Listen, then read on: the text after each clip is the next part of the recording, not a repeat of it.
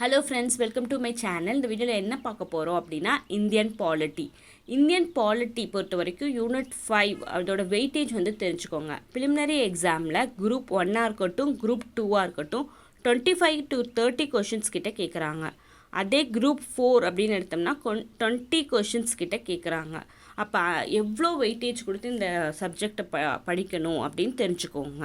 இப்போ இந்தியன் பாலிட்டியில் என்ன தான் படிப்போம் அப்படின்னு பார்த்தோம் அப்படின்னா, இந்திய அரசியல் அமைப்பு ஒரு கான்ஸ்டியூஷன் அப்படின்னு ஒன்று புக் இருக்குது. அந்த கான்ஸ்டியூஷன் புக் எப்படி உருவாச்சு, அதில் உள்ள கண்டென்ட் தான் நம்ம படிக்க போகிறோம். இப்போ ஒருத்தவங்க பிரசிடெண்ட் அப்படி ஆகணும் அப்படின்னு நினச்சாங்கன்னா அதுக்கு என்னென்ன குவாலிஃபிகேஷன் இருக்குது, அவங்களுக்கு என்ன ரோல் அண்ட் ஃபங்க்ஷன்ஸ் இருக்குது, அது மாதிரி எல்லா பொசிஷனுக்கும் உள்ளதான் நம்ம வந்துட்டு டீட்டெயில்டாக அந்த கான்ஸ்டியூஷன் புக்கில் என்ன சொல்லப்பட்டிருக்கு, என்ன ஒரு அடிப்படை உரிமை இருக்குது, என்ன அடிப்படை கடமைகள் இருக்குது அப்படின்ற எல்லா டீட்டெயில்ஸுமே அந்த கான்ஸ்டியூஷன் புக்கில் இருக்கும். அதை தான் நம்ம இந்தியன் பாலிட்டியில் டீட்டெயில்டாக படிக்க போகிறோம்.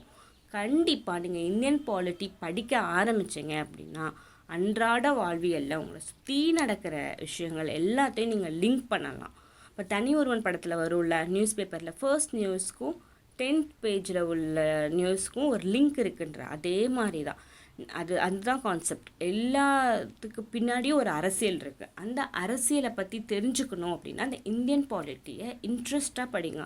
சும்மா ஒரு தியரிட்டிக்கலாக படிக்காமல் ஒரு நியூஸோட லிங்க் பண்ணி அது மாதிரி படிச்சிங்க அப்படின்னா இந்தியன் பாலிட்டி வந்துட்டு ரொம்ப ரொம்ப ஈஸியாக இருக்கும்.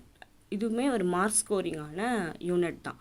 ஸோ நல்லா கான்சென்ட்ரேட் பண்ணி இந்தியன் பாலிட்டி படிங்க. இன்ட்ரெஸ்ட்டாக படித்தா தான் இது வந்துட்டு நல்லாயிருக்கும். இல்லாட்டி உங்களுக்கு வேகாக தெரியும். ஸோ இன்ட்ரெஸ்ட்டாக படிங்க. நீங்கள் வந்து டிஎன்பிசிக்கு புதுசு, எங்கேருந்து ஸ்டார்ட் பண்ணுறது அப்படின்னு தெரில இந்தியன் பாலிட்டி அப்படின்னு நினச்சிங்கன்னா 10th ஸ்டாண்டர்ட்லேருந்து ஸ்டார்ட் பண்ணிங்க அப்படின்னா கொஞ்சம் ஈஸியாக இருக்கும். 10th ஸ்டாண்டர்டில் 3 லெசன் இருக்குங்க. வால்யூம் 1ல் first lesson Indian constitution, Indian அரசியல் அமைப்பு. செகண்ட் லெசன் வந்துட்டு சென்ட்ரல் கவர்மெண்ட், மத்திய அரசு. தேர்ட் லெசன் பார்த்திங்க அப்படின்னா மாநில அரசு, ஸ்டேட் கவர்மெண்ட். இந்த 3 லெசனை ஃபஸ்ட்டு வந்துட்டு படிங்க. அதுக்கப்புறம் 12th அப்படியே இந்த 3 லெசனுக்கு லிங்க் பண்ணியே ஒரு 3 லெசன் இருக்கும். இந்தியன் கான்ஸ்டியூஷன் அங்கே இருக்கும். அப்புறம் லெஜிஸ்லேட்டிவ், எக்ஸிக்யூட்டிவ்னு இருக்கும். சட்டமன்றம், அப்புறம் வந்துட்டு ஆட்சித்துறையில். இந்த 3 லெசன் மொத்தம் 6 லெசன். 10th ஸ்டாண்டர்டில் 3 லெசன், 12th ஸ்டாண்டர்டில் 3 லெசன். இந்த 6 லெசன்ஸில் என்ன கேட்டாலும் நீங்கள் ஆன்சர் பண்ண முடிஞ்சிச்சு அப்படின்னா கண்டிப்பாக சொல்கிறேன், நீங்கள் வந்துட்டு ஒரு 60% ஆஃப் த சிலபஸ் வந்து கவர் பண்ண மாதிரி. ஒரு 10 கொஷின் 12 கொஷின் கிட்டே நீங்கள் ஆன்சர் பண்ணிடலாம். அந்த அளவுக்கு இந்த 6 லெசனுமே ரொம்ப ரொம்ப முக்கியம். ஆர்டிகிள்ஸாக இருக்கட்டும், எல்லாமே நம்பரிங் வர இயர்ஸாக இருக்கட்டும், அமெண்ட்மெண்ட்ஸாக இருக்கட்டும், எல்லாமே கரெக்டாக நீங்கள் வந்துட்டு ஞாபகம் வச்சுக்கிற மாதிரி படிக்கணும். பாலிட்டியில் எப்போவுமே ஒரு 5 இதிலேருந்து எப்போ பார்த்தாலும் கொஷின்ஸ் ரிப்பீட் ஆகிக்கிட்டே இருக்கும். அது என்னென்னு பார்த்தீங்கன்னா, எங்கேருந்து கொஷின்ஸ் ரிப்பீட் ஆகிக்கிட்டே இருக்குன்னு பார்த்தீங்கன்னா, ஃபஸ்ட்டு ஷெட்யூல், அப்புறம் பார்ட்ஸுன்னு இருக்கும் அதுலேருந்து, அப்புறம் சோர்ஸ் ஆஃப் கான்ஸ்டியூஷன், இது ஃபண்டமெண்டல் ரைட்ஸ் 12லேருந்து 51A வரைக்கும். அப்புறம் அமெண்ட்மெண்ட்ஸ், நம்ம புக்குக்கு பின்னாடி என்னென்ன அமெண்ட்மெண்ட்ஸ் இப்போ வரைக்கும் மேட் பண்ணியிருக்காங்க அப்படின்னு போட்டிருப்பாங்க. ஸோ இந்த 5 பார்ட்லேருந்து கொஷின்ஸ் எப்போவுமே ரிப்பீட் ஆகிக்கிட்டே இருக்கும். ஸோ நீங்கள் படிக்கிறப்ப இந்த இந்த இந்த இதை வந்துட்டு லிங்க் பண்ணி பார்த்துக்கோங்க. அண்ட் எக்ஸாம் போகிறப்ப இந்த 5மே நீங்கள் தரோவாக இருக்கீங்களா. ஃபண்டமெண்டல் ரைட்ஸில் கண்டிப்பாக 12லேருந்து 51A வரைக்கும் எப்படினாலும் 1 to 2 கொஷின்ஸ் வந்துகிட்டே இருக்கும். ஸோ இதெல்லாம் நீங்கள் கரெக்டாக படிச்சிருக்கீங்களா அப்படின்றத பார்த்துக்கோங்க. இன்றைக்கி கிளாஸில் என்ன பார்க்க போகிறோம் அப்படின்னு பார்த்தீங்கன்னா, இன்ட்ரடக்ஷன் டு பொலிட்டிக்கல் சிஸ்டம்னா என்ன அப்படின்றத பற்றி பார்க்க போகிறோம். அப்புறம் ஃபெடரல் வர்சஸ் யூனிட்டரி, இதில் என்ன பார்க்கணும், கூட்டாட்சிக்கும் ஒற்றையாட்சிக்கும் உள்ள வித்தியாசங்கள் பார்க்க போகிறோம். அண்ட் பார்லிமெண்ட் வர்சஸ் பிரசிடெண்ட், பார்லிமெண்ட்டுக்கும் பிரசிடெண்ட்டுக்கும் உள்ள ஃபார்ம் ஆஃப் கவர்மெண்ட்டில் என்ன டிஃப்ரென்ஸ் இருக்குது அப்படின்றத வந்துட்டு பார்க்க போகிறோம். வாங்க ஃப்ரெண்ட்ஸ், டைம் வேஸ்ட் பண்ணாமல் நம்ம வீடியோக்குள்ளே போகலாம். இப்போ வந்து ஃபர்ஸ்ட் என்ன பார்க்க போகிறோம் அப்படின்னா, எவல்யூஷன் தியரி, எப்படி இந்த சமூகம் வந்து உருவாகுச்சு அப்படின்றது தான் பார்க்க போகிறோம். இதை யார் வந்துட்டு சொல்கிறா அப்படின்னு பார்த்தீங்கன்னா, கார்ல் மார்க்ஸ். அவர் பாயிண்ட் ஆஃப் வியூவில் எப்படி வந்துட்டு சமூகம் உருவாயிருக்கலாம் அப்படின்னு சொல்லியிருக்கார். ஃபர்ஸ்ட் அப்படின்னு பார்த்தோன்னா அதிமனித சமூகம். ஃபர்ஸ்ட் வந்துட்டு ஆதாம் ஏவாள் அப்படின்னு 2 பேர் தான் இருந்தாங்க. ரிசோர்ஸ் வந்து ரொம்ப அதிகமாக இருந்துச்சு. அவங்களோட வேலையே சாப்பிட்டு தூங்குறது தான். அப்போ மோர் ரிசோர்ஸ், லெஸ் பாப்புலேஷனாக இருந்துச்சு. அதுக்கப்புறம் பார்த்தீங்கன்னா சமூகம் அடுத்த டைமென்ஷனை எடுத்துச்சு. அதுதான் அடிமை சமூகம் அப்படின்றது. ரிசோர்ஸ் எப்போ கம்மியாக ஆரம்பிச்சிச்சோ, பாப்புலேஷன் பெருகுச்சு, ரிசோர்ஸ் கம்மியாகுச்சு. அப்போ 2 கேட்டகரியாக வந்து பிரிகிறாங்க. முதலாளி அப்படின்றவங்க வந்துட்டு பிரிகிறாங்க. அப்புறம் அடிமைகள், அவங்க அடிமைகளை வந்துட்டு வச்சுருக்காங்க. அப்போ அடிமை சமூகமாக நம்ம சமூகம் அடுத்த டைமென்ஷனை எடுத்துச்சு. அதுதான் ஸ்லேவ் சொசைட்டி. அப்புறம் என்னவா மாறுது அப்படின்னா ஃபியூடலிசம், நிலப்பிரபுத்துவமாக மாறுது. இதில் வந்துட்டு என்ன பண்ணுறாங்க அப்படின்னா அந்த ஓனர்ஸ், ஜெமீன்தாஸ் அப்படின்றவங்க லேண்டை ஓன் பண்ணுறாங்க. ப்ரைவேட் ப்ராப்பர்ட்டியாக லேண்டை ஓன் பண்ணிவிட்டு அதில் வந்துட்டு வேலை செய்ய வைக்கிறாங்க. இப்போ நிலப்பிரபுத்துவமாக சமூகம் வந்துட்டு அடுத்த டைமென்ஷனை எடுத்துச்சு. அடுத்து என்னவா மாறுச்சு அப்படின்னு பார்த்தீங்கன்னா வியாபாரத்துவமாக மாறுச்சு. யூரோப்பியன்ஸ் அப்படின்றவங்க ஃபர்ஸ்ட் பார்த்தீங்க அப்படின்னா யூரோப்பியன்ஸ் வந்துட்டு ரொம்ப கஷ்டப்பட்டுட்டு இருந்தாங்க. அவங்க சர்ச்சில் கிறிஸ்டியன் மிஷினரிஸ் என்ன சொன்னாங்க அப்படின்னு பார்த்தீங்கன்னா, நீங்கள் எடுத்துக்கிட்ட இந்த மனித பிறவி அப்படின்றது ஒரு சாபம், நீங்கள் அடுத்த மனித பிறவி எடுக்க வேணாம் அப்படின்னு நினச்சிங்கன்னா நீங்கள் எல்லா காசையும் சம்பாரிச்சிட்டு வந்து இந்த சர்ச்சுக்கு கொடுக்கணும் அப்படின்றத வந்துட்டு சொன்னாங்க. அதனால் நிறையா பேர் பட்னியாக கூட இருந்திருக்காங்க, ரொம்ப கஷ்டப்பட்டுட்டு இருந்திருக்காங்க. அப்புறம் மிகப்பெரிய புரட்சி ஒன்று அங்கே நடந்திருக்கு. அதுக்கப்புறம் தான் அவங்க வந்துட்டு சரி இந்த பிறவியை அவன் நல்லா வாழ்ந்துடணும் அப்படின்னு சொல்லிட்டு தான் அவங்க அங்கங்கே ட்ரேடுக்கு வந்துட்டு போக ஆரம்பிப்பாங்க. நிறைய இன்வென்ஷன், அதுக்கப்புறம் பார்த்தீங்கன்னா யூரோப்பியன்ஸ்லேருந்து நிறைய இன்வென்ஷன் வந்துட்டு வந்துச்சு. பிரிண்டிங் ப்ரெஸ்ஸாக இருக்கட்டும், ஸ்டீம் இன்ஜினாக இருந்துச்சும், அது எல்லாமே அடுத்து அங்கே மிகப்பெரிய புரட்சியின் விளைவாக தான் வந்துச்சு. இப்போ வியாபாரத்துவம், மெர்ச்சனிசம் அப்படின்றது வந்துட்டு உருவாகுச்சு. எங்கே பார்த்தாலும் ட்ரேட் நடக்க ஆரம்பிச்சிச்சு. எல்லாம் எக்ஸ்போர்ட் இம்போர்ட், இங்கேருந்து பெப்பர் எடுத்துகிட்டு போக, இந்தியாவிலேருந்து பெப்பர் எடுத்துகிட்டு போக ஆரம்பித்தாங்க. அங்கேருந்து அவங்களோட இங்கேருந்து ரா மெட்டீரியல்ஸை எடுத்துகிட்டு போய் அங்கே ஒரு ஃபினிஷ்டு குட்ஸாக நம்ம யூஸ் பண்ணுற மாதிரி ஒரு பொருளாக மாற்றி இங்கேயே வந்து விற்க ஆரம்பித்தாங்க. அது மாதிரி நிறையா ட்ரேட் வந்துட்டு நடக்க ஆரம்பிச்சிச்சு. அதுதான் மெர்சலிசம், வியாபாரத்துவம் அப்படின்னு வந்துட்டு சொல்லியிருக்காரு கார்ல் மார்க்ஸ். அப்புறம் பார்த்தீங்க அப்படின்னா ஒரு 3 எக்கனாமியை வந்துட்டு 3ஆக பிரிக்கலாம் அப்படின்றவங்க வந்துட்டு பார்க்க போகிறோம். ஃபர்ஸ்ட் பார்த்தீங்கன்னா capitalism, socialism, mixed economy. Capitalism அப்படின்னா ப்ரைவேட் எல்லாத்தையும் ஓன் பண்ணிப்பாங்க. சோஷியலிசம் அப்படின்னா கவர்மெண்ட் தான் எல்லாத்தையும் வந்துட்டு ஓன் பண்ணிப்பாங்க. Government will take care of every செக்டாரையும் கவர்மெண்ட் எடுத்துப்பாங்க. மிக்ஸ்ட் எக்கனாமி அப்படின்றதுல பாதி கவர்மெண்ட் வந்துட்டு வச்சுருக்கும், பாதி ப்ரைவேட் வந்துட்டு வச்சுருக்கும். நம்ம இந்தியாவை பார்த்தீங்க அப்படின்னா மிக்ஸ்ட் எக்கனாமி தான். ஃபர்ஸ்ட் வந்து கேபிட்டலிசத்தை என்னன்னு பார்ப்போம். ஆடம் ஸ்மித் அப்படின்றவர் தான் இந்த கேபிட்டலிசம் பற்றி பேசுகிறாரு. என்ன சொல்கிறாரு அப்படின்னு பார்த்தீங்கன்னா, எல்லா இண்டிவிஜுவல்ஸ்க்கு ஒரு கெப்பாசிட்டி இருக்குது. நம்ம இண்டிவிஜுவல்ஸை நம்பி இந்த உலகத்தை உருவாக்கணும் அப்படின்னா ஒரு நல்ல சமூகத்தை உருவாக்கி தருவாங்க. இப்போ ஆடம் ஸ்மித் அப்படின்றவர் கேபிட்டலிசத்தை பற்றி சொல்கிறாரு. அவர் புக் ஒன்று எழுதியிருக்காரு, வெல்த் ஆஃப் நேஷன் அப்படின்ற புக். எப்போ பார்த்தீங்கன்னா 1776 வந்துட்டு எழுதியிருக்காரு. இந்த புக்கில் என்ன சொல்கிறாருன்னா கேபிட்டலிசம் பற்றி தான் பேசியிருக்காரு. இப்போ இண்டிவிஜுவல்ஸ்க்கு நம்ம முக்கியத்துவம் கொடுத்தோம் அப்படின்னா இண்டிவிஜுவல்ஸ் ஒரு நல்ல சமூகத்தை உருவாக்குவாங்க அப்படின்னு சொல்கிறாரு. அப்புறம் ஒரு இண்டஸ்ட்ரியல் எவல்யூஷன் நடக்குது. எதனாலன்னு பார்த்தீங்கன்னா அந்த கேபிட்டலிசம் மோஸ்ட்லி ப்ரைவேட் வச்சுருக்கனால ஃபுல்லாக ப்ராஃபிட் உங்களோட மெயின் எய்ம் ப்ராஃபிட்டாக தான் இருக்கும். ப்ராஃபிட்னே ஓடிட்டு இருந்திருக்காங்க. தொழிலாளர்கள்கிட்ட ஒரு மினிமம் வேஜஸ், இவ்வளோ இந்த வேலைக்கு மினிமமாக இவ்வளோ சம்பளம் கொடுக்குன்ற ஒரு ரூல் இல்லை, எவ்வளோ நேரம் ஒர்க் பண்ணணுன்ற ஒரு ரூல் இல்லை. ப்ராஃபிட் மட்டுமே அவங்களோட மிகப்பெரிய குறிக்கோளாக ஓடிக்கிட்டு இருந்திருக்கு கேபிட்டலிசமில். அடுத்து மிகப்பெரிய ஒரு இண்டஸ்ட்ரியல் ரெவல்யூஷன் நடக்குது. அதுக்கப்புறம் ஒரு பொலிட்டிக்கல் சிஸ்டம் கொண்டு வராங்க. கார்ல் மார்க்ஸ் அப்படின்றவர், இவர் வந்துட்டு 1848 இதை டிஃபைன் பண்ணுறாரு. சோசியலிசம் அப்படின்ற ஒன்று என்னது அப்படின்னு பார்த்தீங்கன்னா, தொழிலாளர்களை நம்பி நம்ம சமூகத்தை வந்துட்டு ஒப்படைங்க. தொழிலாளர்கள் நல்லபடியாக அவங்க ஒரு போஸ்ட்டில் போய் தலைவர் போஸ்ட்டில் உட்காந்தாதான் இங்கே இருக்க நிறையா பேர் வந்து தொழிலாளர்கள். அப்போ அவங்களுக்கு பெனிஃபிட் ஆகணும் அப்படின்னா நீங்கள் வந்துட்டு தொழிலாளர்களுக்கு இம்பார்ட்டன்ஸ் கொடுங்க அப்படின்றத வந்துட்டு சோசியலிசமில் வந்துட்டு சொல்கிறாங்க. அப்புறம் பார்த்தீங்க அப்படின்னா ரெண்டுலேயுமே நல்லதும் இருக்குது கெட்டதும் இருக்குது. கேபிட்டலிசம் அப்படின்றது to the extent of private, socialism அப்படின்னா to the extent of government. இப்போ ரெண்டுமே 2 எக்ஸ்டர்ன். ஏன் 2 எக்ஸ்டர்னில் இருந்துட்டு கஷ்டப்படுறீங்க? இதுலேயும் நல்லதும் கெட்டதும் இருக்குது, சோஷியலிசம்லையும் நல்லதும் கெட்டதும் இருக்குது. அப்போ இந்த 2க்கும் நடுநிலையாக ஒரு எக்கனாமியை சொல்கிறாரு, அதான் மிக்ஸ்ட் எக்கனாமி. இதை யார் சொல்கிறா அப்படின்னு பார்த்தீங்கன்னா ஜான் கெய்ன்ஸ் அப்படின்றவர். இதில் உள்ள நல்லதே எடுத்துக்கோங்க, இதில் உள்ள நல்லதே எடுத்துக்கோங்க, இதுதான் நம்ம ஃபாலோ பண்ணிகிட்ருக்கோம். இப்போ எஜுகேஷன் செக்டார் அப்படின்னு எடுத்துக்கிட்டோம்னா ஸ்கூல்ஸ், ப்ரைவேட் ஸ்கூல்ஸ் இருக்குது, கவர்மெண்ட் ஸ்கூல்ஸ் இருக்குது. இப்போ அதே ஹெல்த் அப்படின்னு எடுத்துக்கிட்டோம்னா ஹாஸ்பிட்டல்ஸில் ப்ரைவேட்டும் இருக்குது, கவர்மெண்ட்டும் இருக்குது. அதே ரயில்வே அப்படின்னு எடுத்துக்கிட்டோம்னா நம்ம இதில் பார்த்திங்கன்னா வெறும் கவர்மெண்ட்டோட ட்ரெயின்ஸ் மட்டும்தான் ஓடுது. நம்ம டெலிகம்யூனிகேஷன் இது எடுத்துக்கிட்டோம்னா போஸ்ட் ஆஃபீஸ் அப்படின்னு எடுத்துக்கிட்டோம்னாலும் போஸ்ட் ஆஃபீஸ் கவர்மெண்ட் கொரியர்ஸ் இருக்குது. பட் அப்பார்ட் ஃப்ரம் தட் போஸ்ட் ஆஃபீஸ்ன்ற ஒன்று ரன் ஆகிக்கிட்டு இருக்குது. அது வந்துட்டு கவர்மெண்ட் தான் ஓன் பண்ணியிருக்காங்க.